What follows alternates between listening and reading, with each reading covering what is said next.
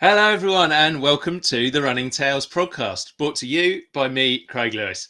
Now, this is where every other Tuesday evening in the UK, around about 5 o'clock UK time, we broadcast the extraordinary stories of everyday runners. And we broadcast it live across the Run Try Bike Facebook, Twitter, Instagram, and YouTube network. And then they'll go on all our Running Tales channels later as well. So, hello to you all, wherever you're watching this. And if you are listening on the Everyday Athlete Podcast Network, where this episode will appear this Thursday, well, I just hope that the weather is better than it is now in the UK at least. Now, as I mentioned there, we're part of the Everyday Athlete Podcast Network, and there are some brilliant stories across that network. Just this morning, I was listening to Joe Harden chatting to John Swain on Beyond the Finish Line, and they were talking about run commuting. Now, run commuting is not something I've tried myself. It's hard enough to get up in the morning and just get into work without having to run as well. But my word, it sounded really cool. So check that out, and also check out Food Fight Friday as well. Jason Bahamundi and Adam Lee talking about all the strange and weird and wonderful things that they eat while they're out doing trail running. And I can tell you, strange and weird and wonderful doesn't quite cover it. You have to listen to it to believe it, really. Now, anyway, we have a guest for Running Tales today, and it's Jens Peters. And Jens has a quite complicated relationship, but a fascinating relationship with running. His Never Not Thinking About Running Substack newsletter is a really fascinating insight into how the sport can be both a vital support and, quite frankly, a flimsy crutch, which runners can become overly dependent on. So, without further ado, let's bring Jens forward and let's find out all about his Substack newsletter. Good evening, Jens. How are you? Yeah, I'm fine. Thank you. Thanks for having me. Hi, Craig. Oh, you're really welcome. You're really welcome. Thanks for making the time. So, yeah, I want to talk to you about your Substack newsletter. I think it's fair to say on there that you're, I don't know whether the word's brutally honest or refreshingly honest, but you don't, no subject is off the table for you on there. Was it easy to say, I'm going to read a little line actually, Okay. that might explain to people. You talk about how you've been lacing up your running shoes for 9 years, and that your mental health has been the little stone in my shoe that's barely noticeable on the short run, but has caused a painful blister after a long run. And you talk then a lot about mental health issues and all sorts of Yeah. other things along the line. Was Yeah. it an easy decision to say, I'm going to put myself out there like that? Yeah, not really, because I think I started back in the days when there were blogs and all these things. I think around 2000 or so, and the main thing I had was talking about myself and how, I don't know, back in the days it was soccer and my love for a certain soccer club, and I got used to talking about myself. During that years, it was like there are many collaborations with other people, and you can um, hear what they have to say. So this time it's a bit different because it's a very personal topic, mental health, and not everyone is so open to talk about it. But I've mental health is a topic for me for a lot of years, so I got used to talking about it, talking to strangers about it, talking to friends, family, and there's not always there the other people are not always open to that topic, so I thought it could be a nice thing to make it more public. Yeah, well, it's certainly an interesting thing. I find the Substack newsletter fascinating. We should say Yeah, thanks. you've mentioned soccer, so that Yeah, gives me a chance to say that you're in Germany. I'm in the UK. We obviously have a yeah. few American listeners, so for them, we we're using the right phraseology in soccer. But Yeah, you'll of course. probably get football out of me. But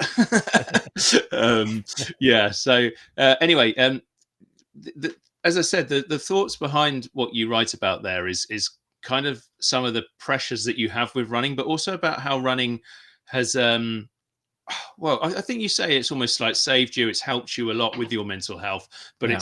it's an issue as well. Um, can you maybe talk a little bit about that? And I think within that, maybe explain the title for the Substack. Yeah, it's not that easy to talk about that. It's easy to talk about that, but it's not easy to explain. So the main thing is that where it all started. It started 2018 when I've got a burnout. I think most people are used to the term burnout. For some people, it's kind of an depression, overburden depression. I don't know the exact English phrase for that, but it's if you overburden for things and you get burned out. And these days, you hear that burnout phrase a lot of times, and I think most of the people um, understand it as something that is like you go to work and you're tired and that's it, and you're tired maybe for 2 or 3 months, and then the situation at work gets better. So that's the one thing that burnout is. If you've got a burnout, that's a really for some people it's a um, yeah, it's Short harder term. for yeah, it's harder for these and Yeah. people, and harder for other people.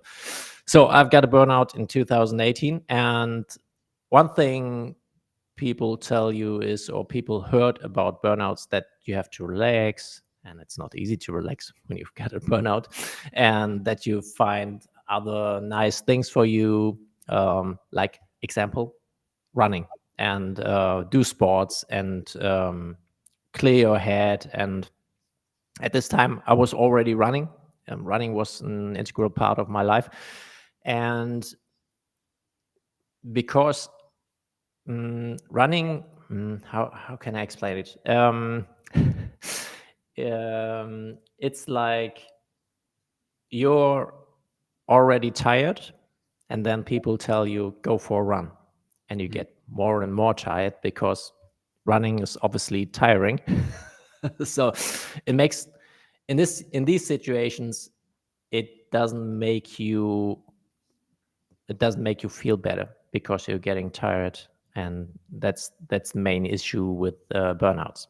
So um, so it could be that the situation for a person who've got a burnout gets worse and worse, and that's what it was like for me, because um, it's like you getting big. I had I had weeks where I was very frightened. I had anxiety. I've got panic attacks, and the more tired you are, the more often these situations appear. So when I'm going for a run, then the likeliness of getting a panic attack, is more there. Yeah. So usually running is something which is very beautiful, and for me it was very beautiful, and I get a lot of freedom from running. But in these times where I've got the burnout, it was more the opposite. So that's the thing. And I was always like, okay, today I feel, I'm always feeling into myself. How am I feeling? Am I feeling good? Is it not that good? And that was the idea behind never not thinking about running, because I was always every day thinking about running. Is it today a good day for running, or is it not? Is it too hard for me, for my body, for my mental health, or can I go for a run because I love running? And there was this conflict, and out of this conflict, the newsletter idea developed. Yeah. And I think it's the whole concept is quite interesting really, because we hear a lot within the running community, I think correctly, about how running's good for mental health. Go out and Yeah, run, you'll feel yeah, better. And it's true, but if you start, like anything, if it starts to become an obsession in its own right, or if it starts to take over your life, then it's actually got the potential to become a the negative opposite. thing. Yeah, Yeah. yeah, exactly. Yeah, and during that time, during this burnout phase, it was absolutely the opposite, and it was always like, "Oh, when can I go for a run again, and is it a good time?" And always thinking about that, and you get more and more crazy. You've got the feeling you get crazy because there's always this circling in your head, can I go for a run? Because I love it. Have you managed to find a way to counter that, or is that something you're still working on? It's still there. I still got that thoughts in my head. It's it's always, I'm waking up and it's like, okay, what kind of day it is today? So can I go for a run, or am I too tired? Is there the possibility that something's affecting my mental health through that? So that's still there. But my overall state, the burnout is gone. It's better. There are phases where I've got a glimpse of that burnout again. That's always a problem for me. So I have to be careful. But my overall condition is much, much better. And I've got professional help and help from friends and family. So I've got a good background. Everyone is on the same page. So that helps a lot to get through that. And so in most cases, running is not a problem. But there are still times when I'm going for certain goals, like at the beginning of the year, maybe we'll talk about that. I tried to run at UTMB, trained a lot last year, trained for a half marathon, got certain goals, and as at the point where I've got certain goals, I'm following a training plan, then there's always kind of pressure and you're going for every run. And what happens if you left out one training run? Is it good for reaching your goal, or is it better to not do it because maybe your mental health is affected? So there's always this conflict. Yeah, no, that was something I was looking to come to, because I know you were trying to take on that UTMB event this Yeah. year. What was the name of it, just so people know if they were maybe checking that out themselves? It wasn't France. It was. I forgot the name. It's a French name. Uh, Always difficult. Always difficult. Fair enough. Fair enough. Maybe we'll put it in the Yeah. show notes for people. But It but yeah, was I know a it was a UTMB race. You can qualify for the UTMB in Chamonix with hmm. results there, and yeah, it was the shortest distance was 34K, 1,400 meters vertical. So a piece of cake for some other people, but for me, it was more than that. Well, I mean, it doesn't sound a piece of cake to me, for sure. And I Yeah, mean, just to put it in context, you're not. I know that there's this block, if you like, on longer distances, but you're not a bad runner. If that's, I mean, nobody's a bad runner, but you know what I mean. Your there are times no are, bad runners. If you're yeah, a runner, you're a good person. absolutely, yeah, that's it, that's it.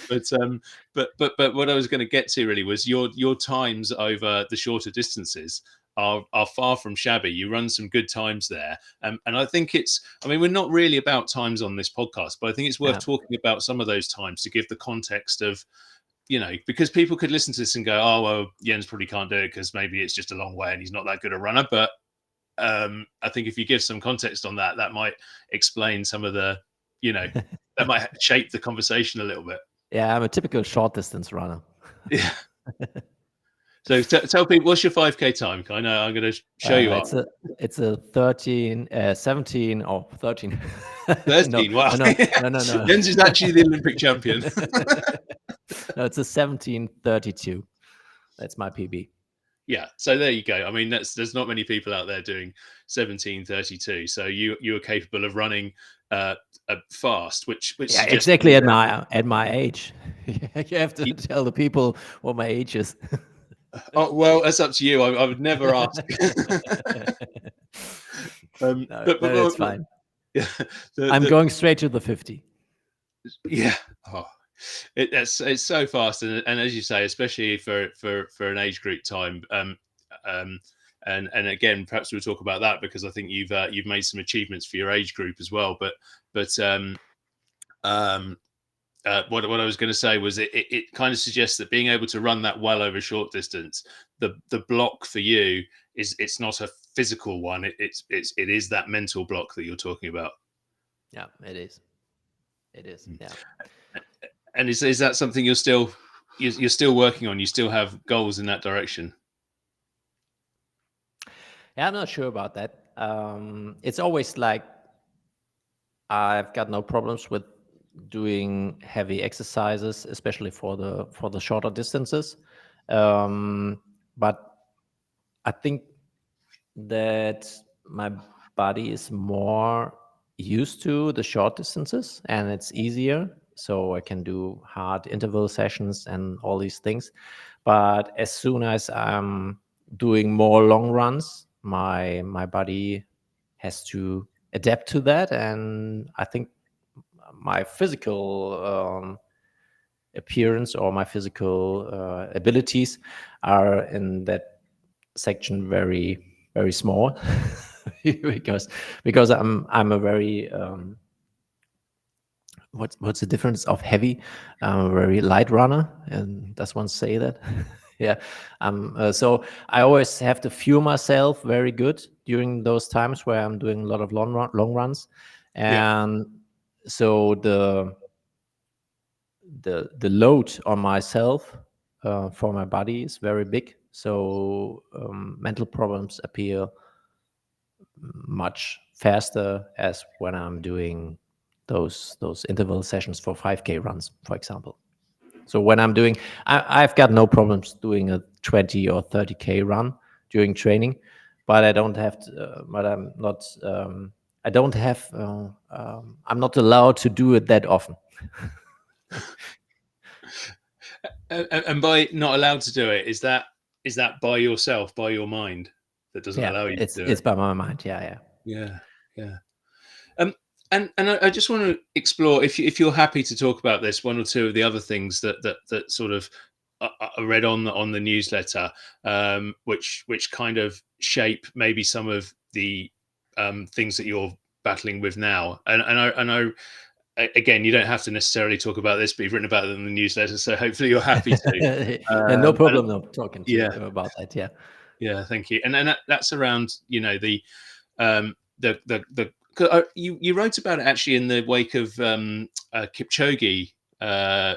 Um, Sorry, not Kipchoge. I'm getting the Yeah. wrong marathon runner. I forgot The the name too, but Kelvin Kipton. yeah, exactly. Kelvin Yeah. Kipton sadly dying in a car crash, and that Yeah. brought back some evocative memories for you around a car crash in your family when you were only 10 years old. And I just sort of wondered, that was your brother ended up being very seriously injured, didn't he? And that's sort of shaped some of your outlook. And without turning this into a therapy session,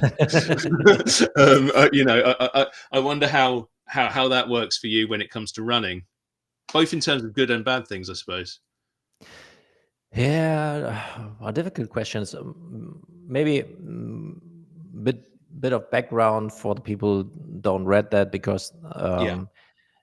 maybe it's important to understand that my brother got a very serious accident with my father, and he was more or less uh, half-sided handicapped.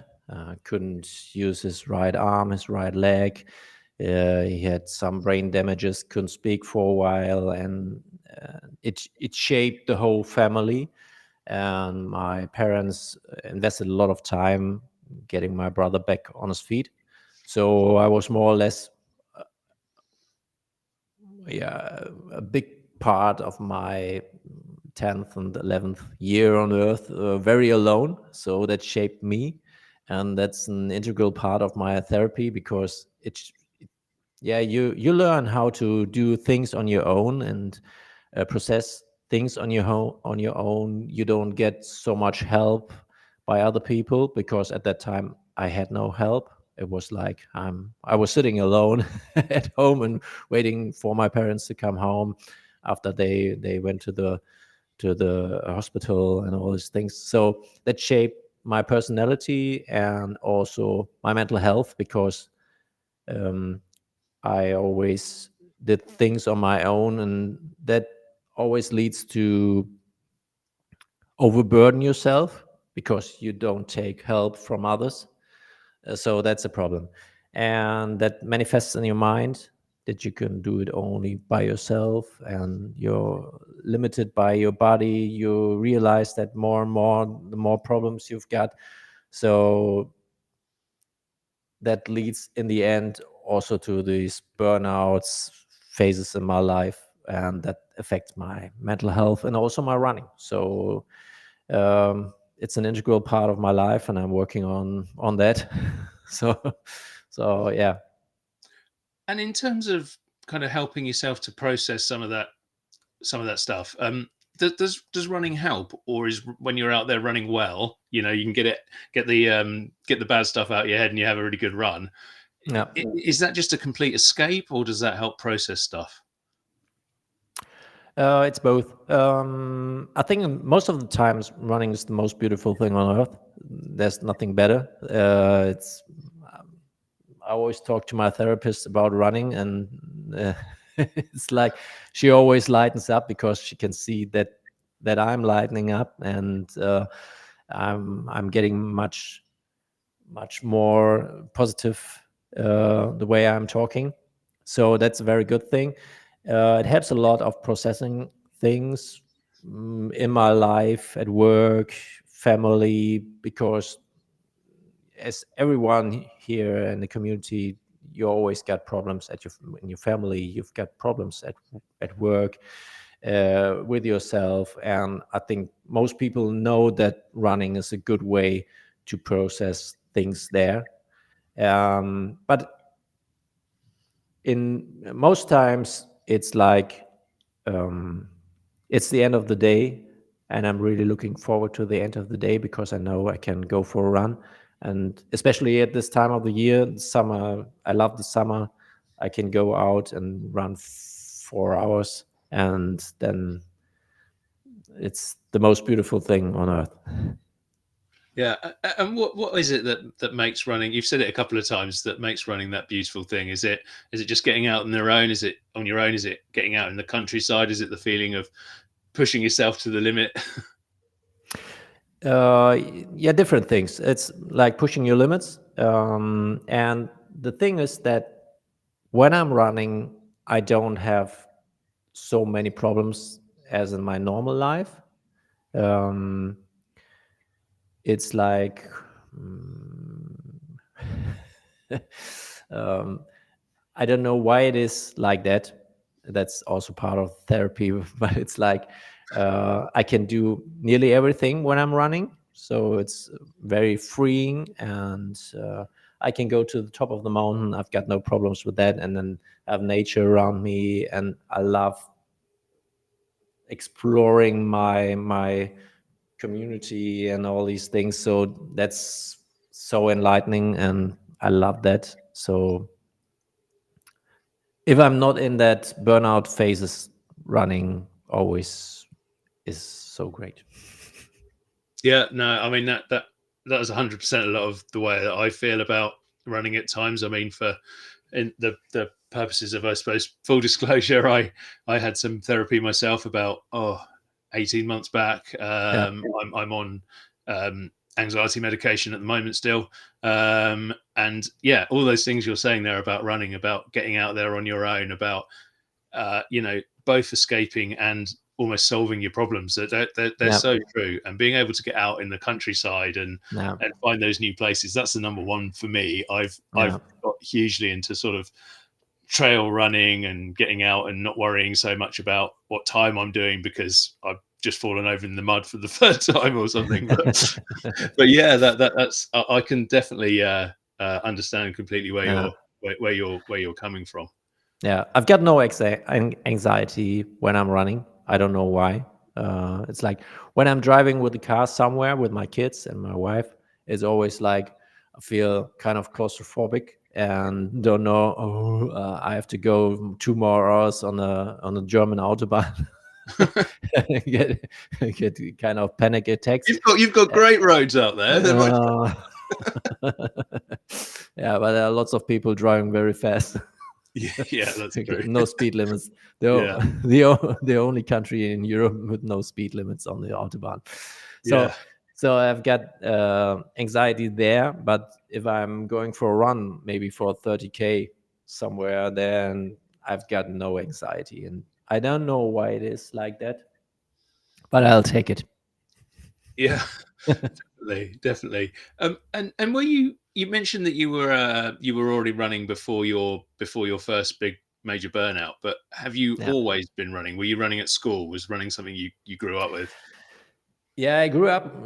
Yeah, and that's also kind of family history because my father got a heart attack as I was, I think, 7 or 8, and he also nearly died because of that. And as his rehab, he should go for runs, and I went with him. So I got used to running, but only just for fun. And it was like I was a very small kid, and that was one of the few things I was better as the big kids at school. That was really nice and really rewarding. But I never went to a club or something like that or did competitions. I studied sports in my 20s, so there it was also part of my studies and physical exercise there. But yeah, I really started I think around 2015 again with serious running because I had at that moment one kid and never went to any clubs for sports, and I needed kind of spare time activity, which is very flexible. You can do it every time you want to, and you can do some exercise. And I needed some exercise, do something, and that really helped. So I started running again, and I've yeah, it took me. And is it something you normally do on your own when you're out there doing those runs, or do you run with a group? What was your sort of preference on that? Usually I run on my own because I've got not so much time with family and work, and then I'm going to run in the evening after all is finished.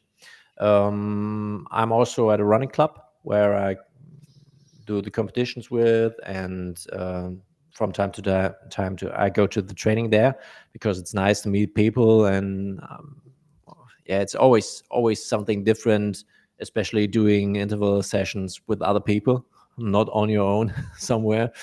Um, and I had a good friend in the neighborhood. He was from Norway. The problem was he was only there for 4 years, and then 2 days ago he left again for Norway, going back there.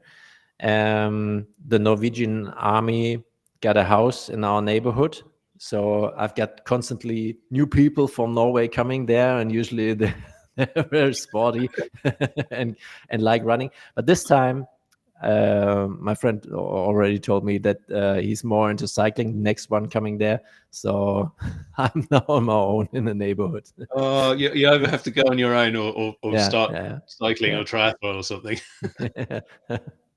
No, I'm not going for cycling or swimming. um, well, we hope that doesn't upset Jason and run try bike too much.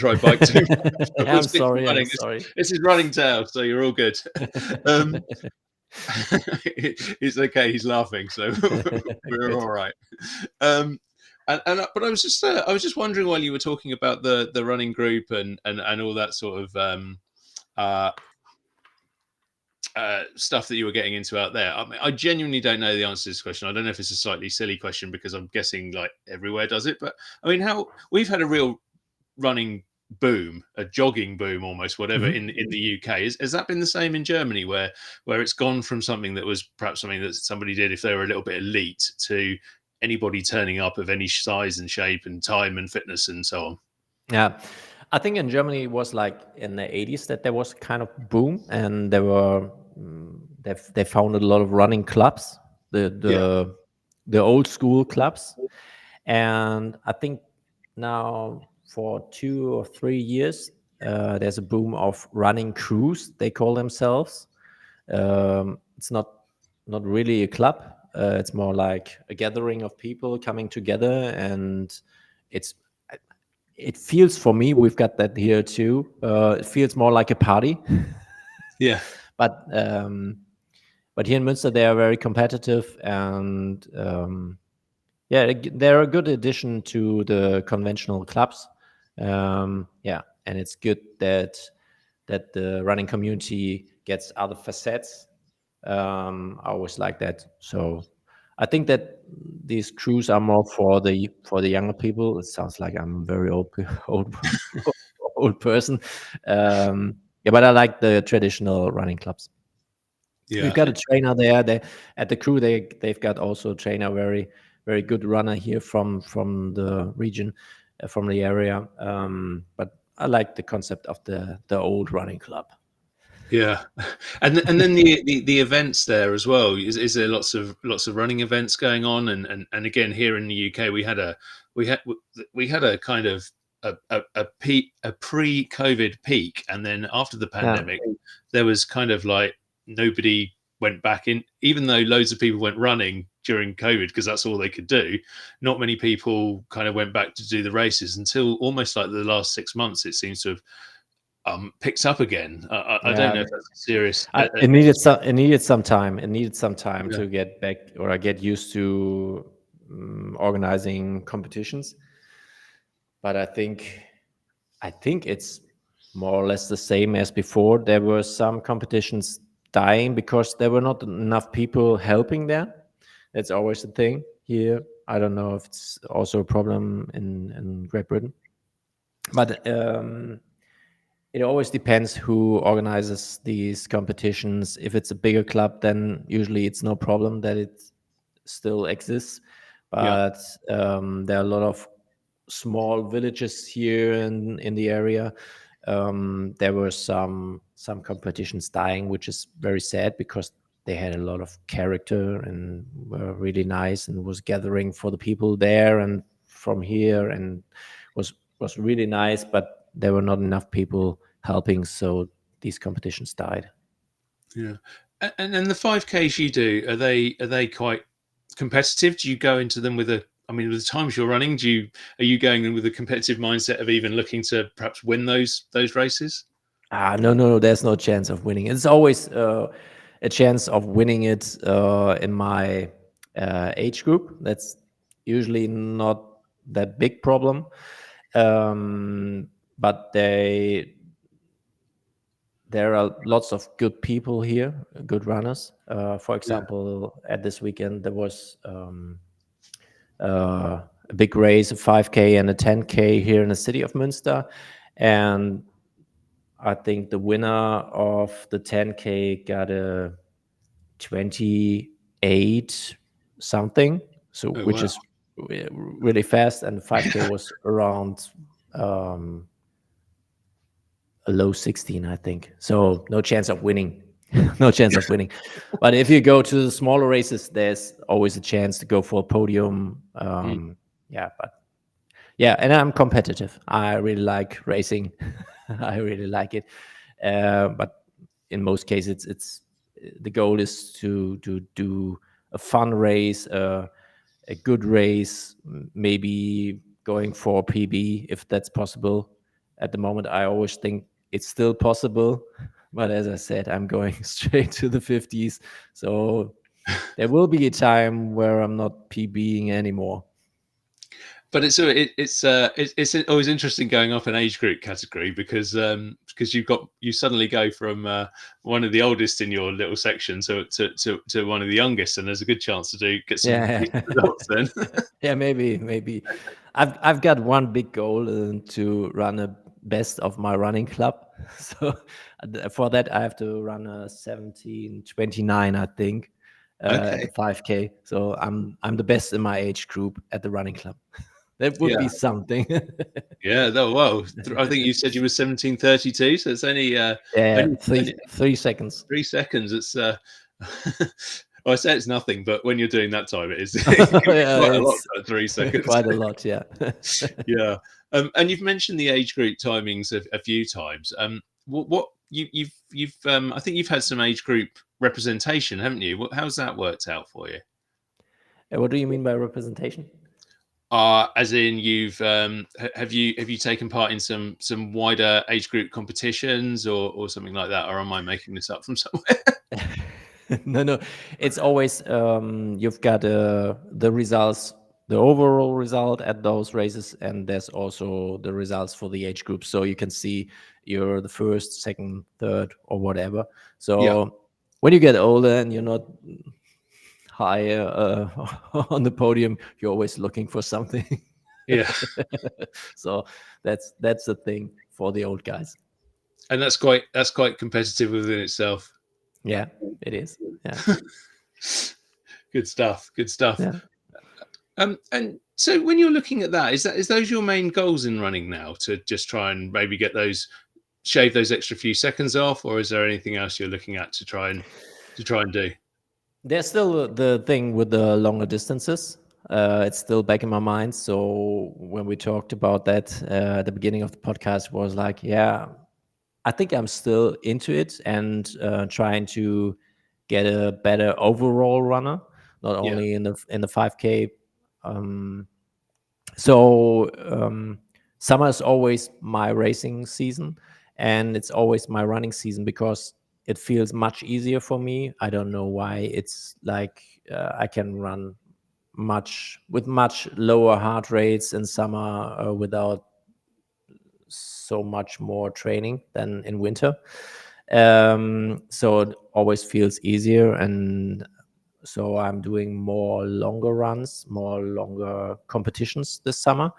um, I raced a 10K 2 weeks ago. I'm going for a half marathon now on Friday.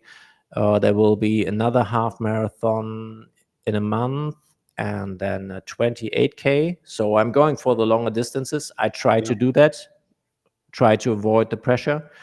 Um, and then at the end of the summer season, I will do the usual 5Ks. I think with the base of the long runs, and I will do more speed work, and maybe I'm shaving off 3 extra seconds from my 5K time. Yeah, that's always in my head, going for the longer runs, and it is getting better. I think it's something you have to work on consistently. Always put a long run in your week, uh, not only one in a month. So, and trying to fuel, or I have to fuel myself very well during those times, that I'm not getting so exhausted. So that's a thing at the moment, and I'm trying to learn in that area. Um, at the moment, it works very well. So I'm looking forward to this. I'm really looking forward to the half marathon next week, this week on Friday. Um, yeah, we'll see how it goes. When you're pushing for those long runs, are you still looking to be really competitive and get really good times, or have you managed to get your mindset perhaps to a situation where you're like, I want to do a long run and I don't care if it's going to take me 5 hours, 10 hours, because my goal is just to click the long run. Yeah, I think I will always be kind of the competitive guy. Maybe that's sometimes a problem, because I'm trying to do more and more. And it was like, for example, last week, it was like I had lots of time. So whenever I've got the time, I'm like, okay, I can go for a run.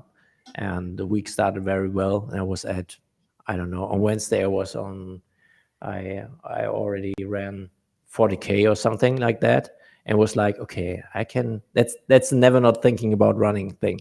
It was Yeah. like, okay, on Wednesday I can go for another run, and then on Thursday I can do 20K, and then Friday, okay, maybe I can put a run into my lunch break at work, and then on the weekend I can do another long run, and then I've got a 100K week. so so that's the never not thinking about running thing. And I always have to stop myself. And that's one of the things I learned the hard way, but also the last 1 or 2 years, to look for yourself, not over try to overachieve. I will always be the competitive guy. I always try to reach for new PBs, and when I run next week, I think I'm going for a PB because I think I ran in a competition only 1 or 2 times a half marathon, so I'm going for it. And I think that will be not that big of a problem. Yeah, we'll see how it goes then in the end. But Yeah. you see you see the problems I've got. Yeah. No, good luck with it. I find it fascinating because I kind of have, not I think to the same extent, but some of the same thoughts about some of those distances. For me, 5 or 10K, and I'm not doing the sort of times you do. I just go out and just do it. Really, I don't think too much about it at Yeah.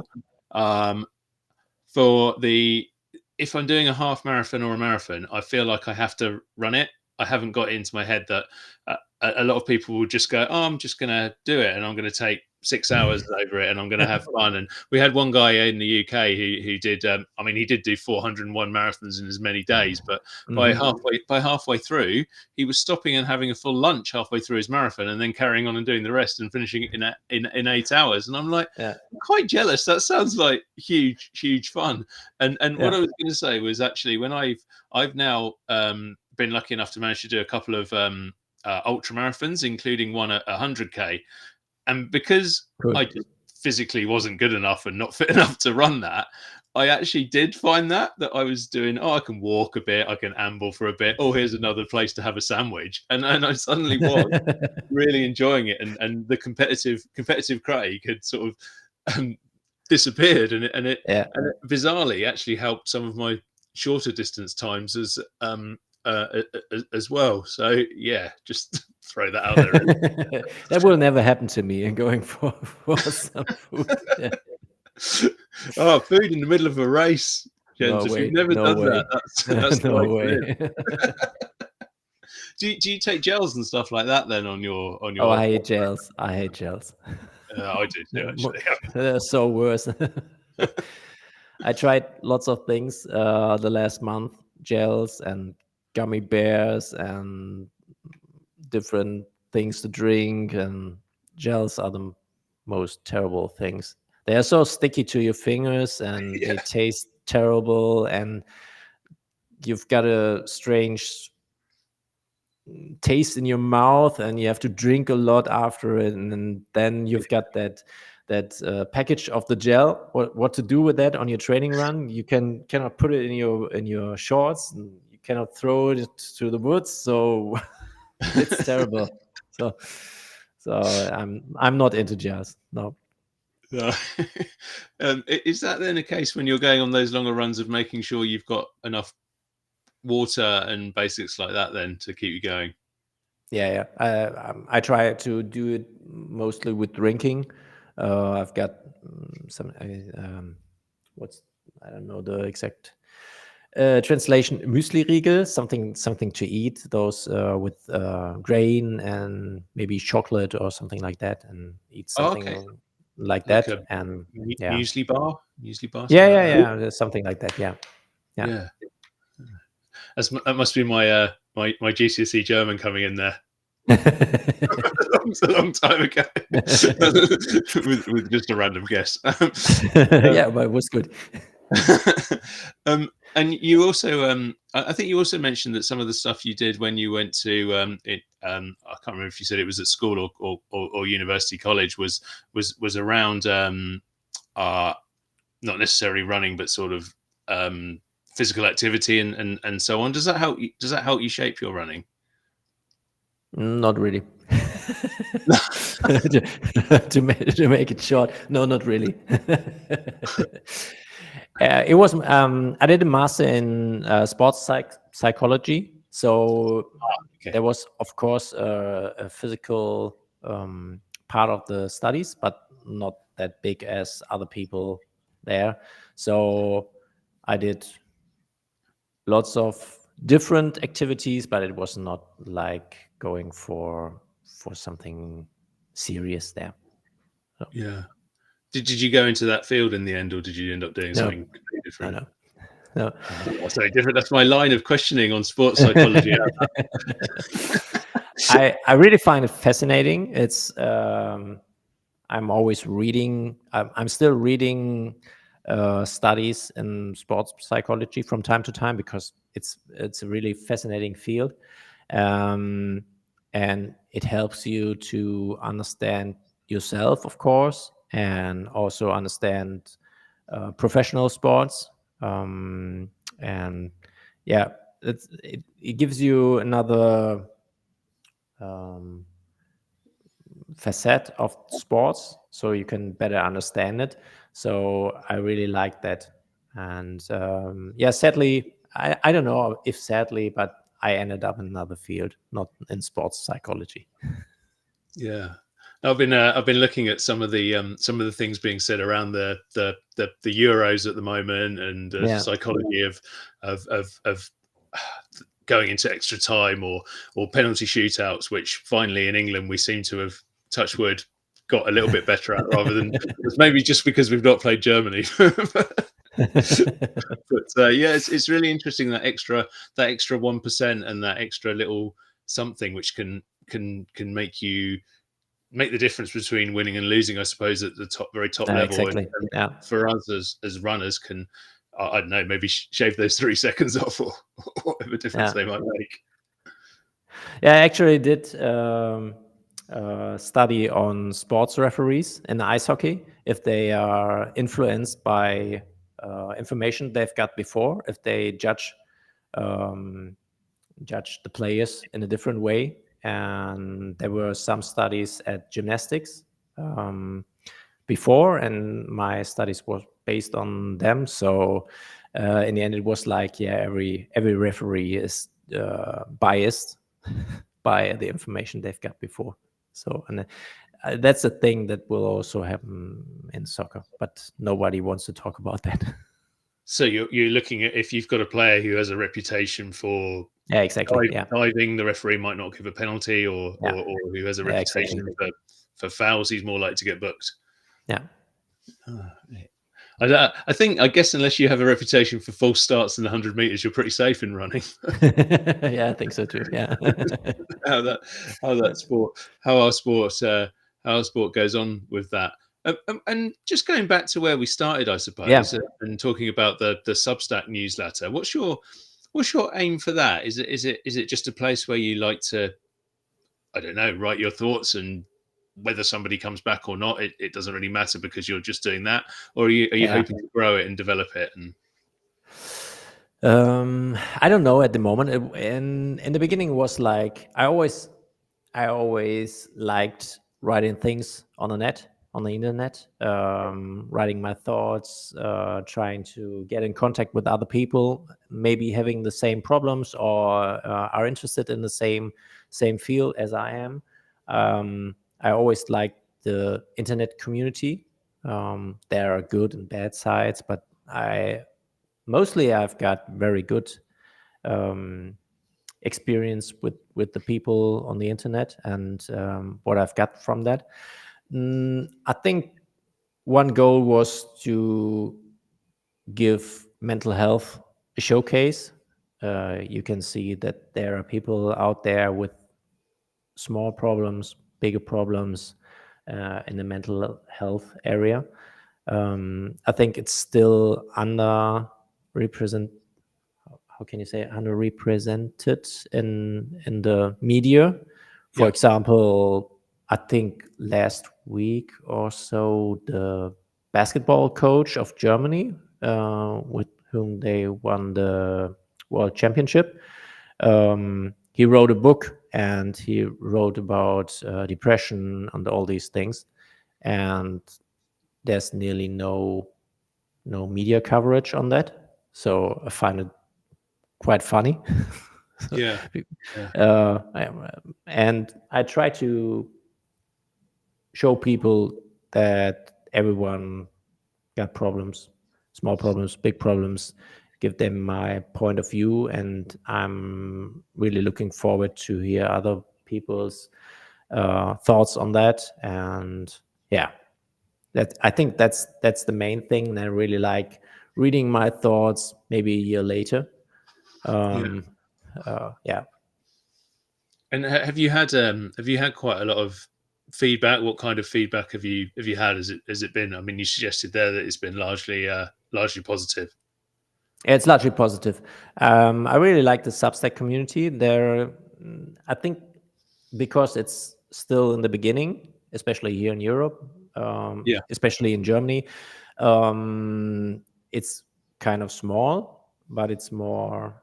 The people are more concerned on what they are talking about and the things they say there. So it's not like Twitter or X, uh, where lots of lots of people trolling around. So that's really nice, and I like the spirit of the community there. And the feedback was like that lots of people got these problems too. I've got emails with concerned people asking if I'm fine. There were people telling me their own story, like they're now at a rehab, in their rehab, and going for trying to go back to life, their normal life, and that's more rewarding than anything if you got the the thoughts of other people and they're getting to know their story. That's so great. And do you feel that what you're trying to offer is a place to connect and to tell people this is this is normal. We all have these kind of feelings. Yeah, exactly. Yeah, this is Yeah. normal. If you look around, if you know maybe 10 people around you, I'm sure there are 2 or 3 people got their own problems, mental health problems, maybe some episodes of depression, or I don't know what. And I think it's time to talk about that more, not only with friends and family, but also at work and wherever you are going. I think it's still a problem to speak openly about that things, and that's not a weakness. It could be a strength, because those people are always working on yourself. They're not sitting around and doing nothing because they're not willing to. They always willing to go for something. They're trying to make themselves better, feel better, and the weak people are maybe sometimes more the people still sitting on their chairs and doing nothing and just judging other people. So Yeah, yeah. And when it comes to runners, to athletes, do you think as a community we are better or worse than talking about things like mental health issues? that's a difficult question. I think there are a lot of problems in that area, especially at professional sports. Yeah, If you look around, I think there are lots of women with problems in that field. For example, in the eating disorder field, um, and I think that's also a problem for some men. And so I think there are lots of things to improve, but the more people open themselves and tell other people about their problems, it will be kind of an avalanche, and more people talk about that. So hopefully that will get better and better. and I'm really intrigued by it, that if somebody was to come to you, so I've read the blog, I've read your story, I've read about how running has helped you, but also become I suppose a double-edged sword. Um, Yeah. and they were to say to you, well, I've had a burnout, I've had a depressive episode.